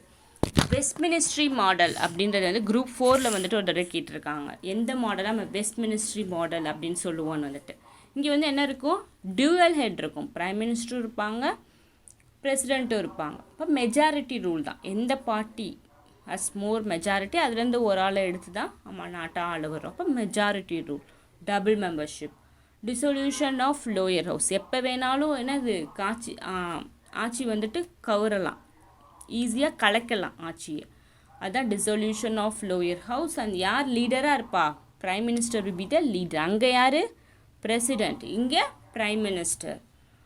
ரெஸ்பான்சிபிலிட்டி அவங்க கலெக்டிவ் ரெஸ்பான்சிபிலிட்டியாக தான் இருந்தாகணும். அவங்க லோக்சபாவுக்கு போய், இப்போ மோடி வந்து லோக்சபாவுக்கு போய் எதிர்கட்சிகள் கேட்குற கேள்விக்கு ஆன்சர் பண்ணி தான் இருக்கணும், பீப்புளை வந்துட்டு பார்த்து தான் ஆகணும், பீப்புளையும் அவங்க டைரெக்டாக டீல் பண்ணி தான் ஆகணும், அதான் கலெக்டிவ் ரெஸ்பான்சிபிலிட்டி. அங்கே அவங்க அப்படி இல்லை, அன்ரெஸ்பான்சிபிளாக தான் இருப்பாங்க பிரசிடெண்ட்டில். அப்புறம் பிரைம் மினிஸ்டர் தான் இதில் பிரைம் ரோல், அவங்க தான் எல்லாமே பார்த்துக்கணும்.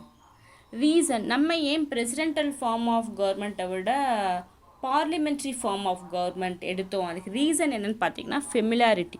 நம்மளை யார் ஆண்டுட்டு இருந்தா 200 வருஷமா, பிரிட்டன் தான் ஆண்டுட்டு இருந்துச்சு. அப்போ நம்ம வந்து ரொம்ப ஃபெமிலியர் ஆகிட்டோம் அவங்களோட பேட்டர்ன் ஆஃப் டீலிங்க்கு, அதனால இது வந்துட்டு அவங்களுக்கு கரெக்டாக இருக்கும் அண்ட் மோர் ரெஸ்பான்சிபிளாகவும் இருக்குது. பிரசிடென்டல் ஃபார்ம் ஆஃப் சர்வதிகாரி மாதிரி இருப்பாங்க, ரெஸ்பான்சிபிளாக இருக்க மாட்டாங்க, ஒன்ஸ் ஜெயிச்சிட்டா 4 வருஷம் அவங்க என்ன பண்ணுறதோ இதுதான், அப்படி ரெஸ்பான்சிபிளாக இருக்க மாட்டாங்கன்றக்காக நம்ம வந்துட்டு இந்த form of government, parliamentary form of government வந்துட்டு போயிருக்கோம். சரியா, இப்போ நேச்சர் ஆஃப் இந்தியன் சொசைட்டியுமே இதுக்கு தான் வந்துட்டு அடாப்ட் ஆகுது அப்படின்றத ஃபீல் பண்ணாங்க, அதனால தான் நம்ம வந்துட்டு பார்லிமெண்ட்ரி ஃபார்ம் ஆஃப் கவர்மெண்ட்டுக்கு வந்துட்டு போகிறோம். அப்புறம் மெரிட்ஸ் அப்படின்னு பார்த்தோம் அப்படின்னா, இதுலேயும் மெரிட்ஸ் அண்ட் டிமெரிட்ஸ் ரெண்டுமே இருக்குங்க. மெரிட்ஸ் அப்படின்னு பார்த்தோன்னா லெஜிஸ்லேட்டிவ் எக்ஸிக்யூட்டிவ் அப்படின்றவங்க ஒன்றா தான் இருப்பாங்க இல்லையா. பிரைம் மினிஸ்டர் தான் being the member of Lok Sabha, அப்போ வந்துட்டு அவங்களுக்குள்ள ஒரு இது வந்துட்டு இருக்கும். கவர்மெண்ட் வந்துட்டு ரொம்ப ரெஸ்பான்சிபிளாக இருக்கும். அப்புறம் வைட் ரெப்ரசன்டேட்டிவ், இங்கே வந்துட்டு இப்போ வந்துட்டு 2 பேர், இப்போ ஒருத்தவங்க இருக்காங்க, ஒரு மினிஸ்டர், அவருக்கு 30 பேரில் 2 பேர் வந்துட்டு உமனுக்கு கொடுப்பாங்க, ட்ரைபல்ஸ் கொடுப்பாங்க, எஸ்சி எஸ்டிக்கு கொடுப்பாங்க. ஒரு சீட்ஸை வந்துட்டு வைடராக பிரிச்சுருப்பாங்க. எல்லாரோட ரெப்ரசன்டேட்டிவும் இருக்கணும், அப்போ தான் அவங்களோட கஷ்டம் என்ன அப்படின்றது தெரியும். இப்போ ட்ரைபல் ரிலேட்டடாக ஒரு போஸ்ட் வருது, ஒரு மினிஸ்டர் போஸ்ட், அதில் வேறு யாருனாச்சும் போட்டோன்னா அந்த கஷ்டங்கள் தெரியாது. ட்ரைபல்லேருந்து ஒரு ஆளை எடுத்து போட்டால் தான் அந்த கஷ்டங்கள் தெரியும் இல்லையா? அதனால தான் வைட் ரெப்ரசன்டேட்டிவ் அப்படின்னு சொல்கிறாங்க. பிரதிநிதிகளை அவங்களோட இதுலேருந்தே ஒரு ஆள் போடணும் அப்படின்றக்காக தான் இதை சொல்கிறாங்க.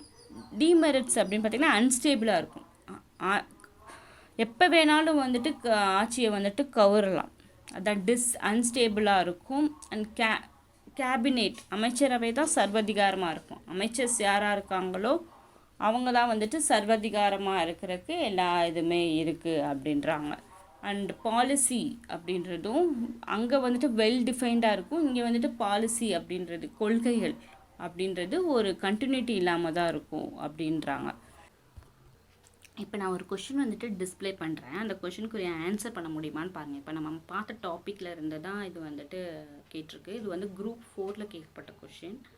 இது உங்களால் ஆன்சர் பண்ண முடியுதான்னு பாருங்கள். இந்த வீடியோ கரெக்டாக கவனிச்சிருந்தீங்க அப்படின்னா உங்களால் ஆன்சர் பண்ண முடியும். Which of the following are the federal features of the Indian constitution? கீழே குறிப்பிட்டுள்ளவைகளில் இந்திய அரசியலமைப்பில் எவை கூட்டாட்சி பண்பியல்பு உள்ளவை?